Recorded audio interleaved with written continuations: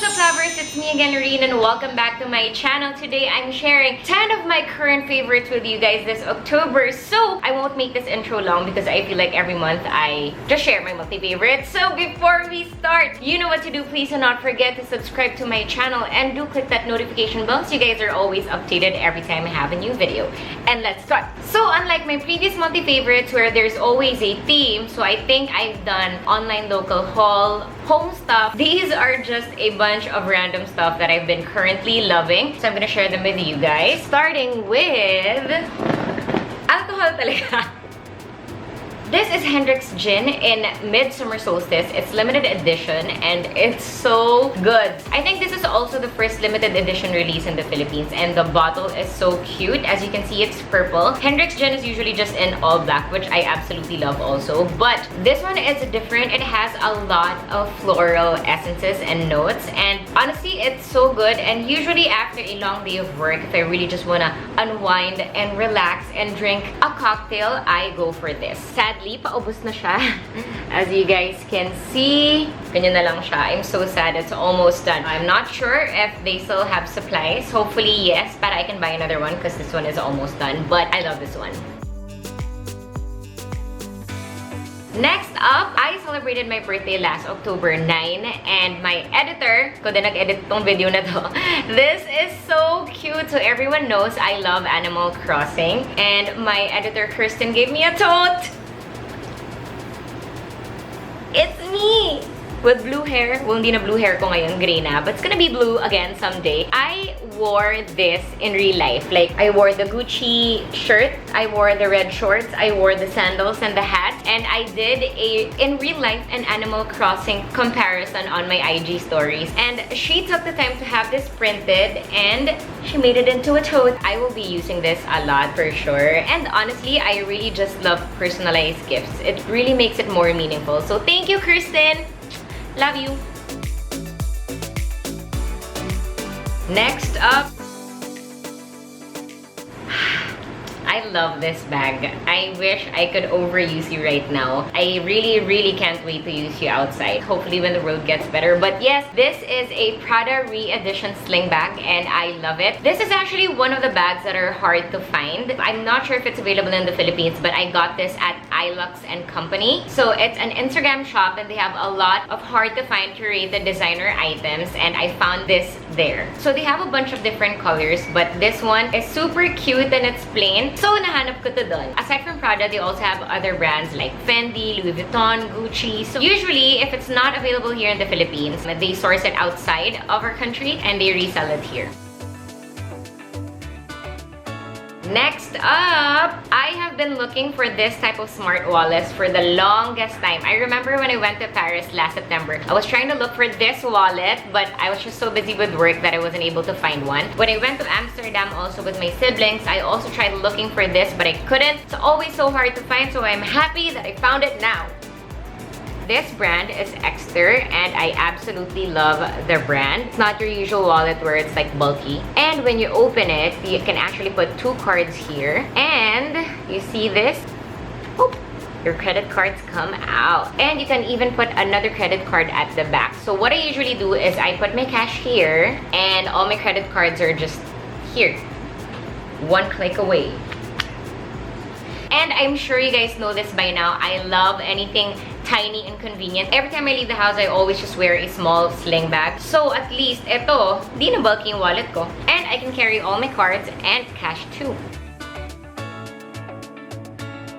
This is an emergency bag called a safe bag from Versus, and I am a firm believer that everyone should have an emergency bag because with everything that's happening nowadays, you really can't be sure kung ano yung mangyayari in the future. In case of natural disasters, you will be needing an emergency bag para at least kunin mo lang yung bag and you can run out of the house and everything you need to survive and protect yourself is already inside this bag. So thank you Versus for doing this because I actually had an emergency bag before, but when I saw the list of items inside this bag, parang I realized na sobrang daming kulang ng emergency bag ko. Number 1, my old emergency bag only used to have like 10 items. This one has at least 61 or 67 items already. They have 3 different emergency safe bags. bags. One is starter, second is standard, and the third is stellar. So I got the stellar bag and it has the most number of items. What I love about it is everything is already inside, and when you open it,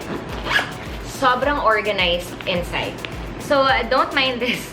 This is my pair of pants. I put in a few of my items pa on top of the emergency bag, but mostly clothes. As you can see, everything is already here. So you have the towel, you have the medical tools, you have medical supplies, you have thermometer, you have a rope, you have water, you have goggles, you have supplies. In short, everything that you'll be needing to survive is already inside this bag. They also have a list of all the items here. You have emergency numbers, protection, sanitation, even helmet meron. Hindi na to kasya sa loob ng bag, so it's like clipped separately somewhere. But again, I highly recommend everyone to have an emergency bag because you'll really never know what will happen in the future. And I also love this one. Every bag comes with a free Bible, diba? Para at least strong pa rin yung faith natin even if something happens.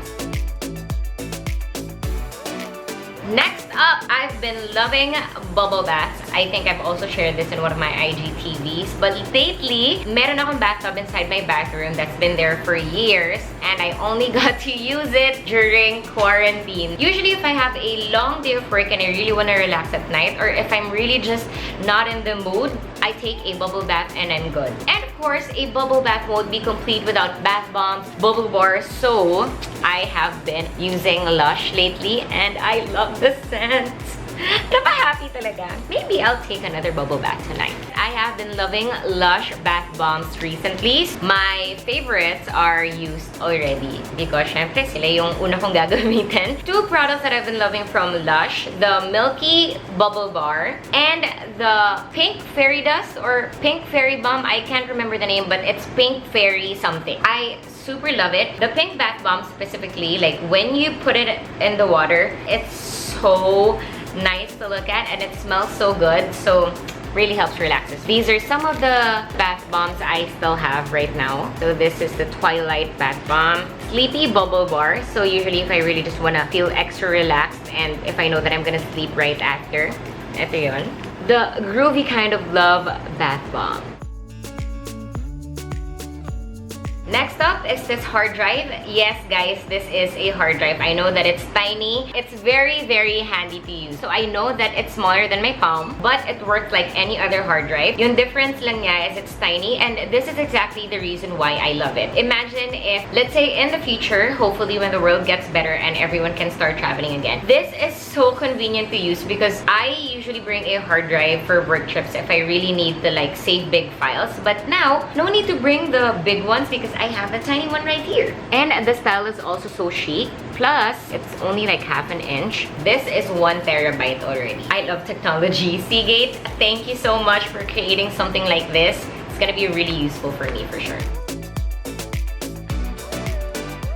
Next up, and I'm proud to say that one of my really good friends created this bag, Camille, the Clarity bag. Even before she released this bag, we were already talking about this and she was already sharing this with me. And I said, it's something that people will absolutely love because PVC is actually one of the easiest material to clean and disinfect. So usually when I leave the house nowadays, I only just use a PVC tote, but at least everything's inside. And Cam's created this bag because she really wants everyone to be safe when going outside of the house. And sobrang maingat namin. Usually when we need to leave the house for work or essentials, we're usually like decked up in air purifier necklace, PPE jacket, naka-face shield, face mask din kami. And now, of course, the Clarity bag. Diba? You can even put your things inside here. Sadly, it's sold out and I spoke to Camille. She doesn't plan on restocking. I keep forcing her and telling her to restock because a lot of people still want the bag. Pero maybe you can message her and tell her we still want the Clarity bag.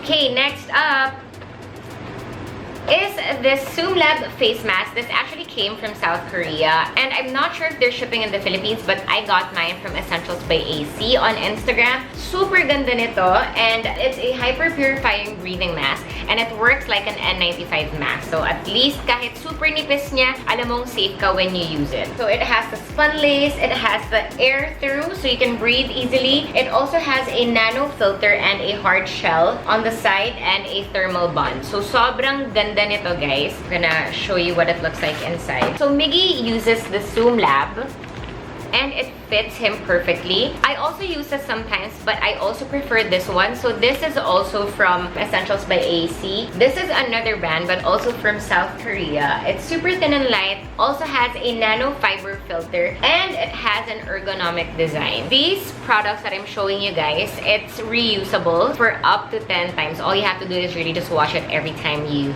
use it, and use it again, wash, use it again, wash, and yeah. Next up is this super comfy sweater from Tempest. So usually I wear this if the weather is a bit gloomy, if sweater weather, you know, if you really want to be comfy in bed, may kumot ka pa, you watch your Netflix series, K-drama, you have ice cream, you eat it. The material is really, really good. I'm not sure if you guys can see it, but this is the type of fabric inside a sweater that I absolutely love. It's like a teddy bear hugging me, or Miggy hugging me.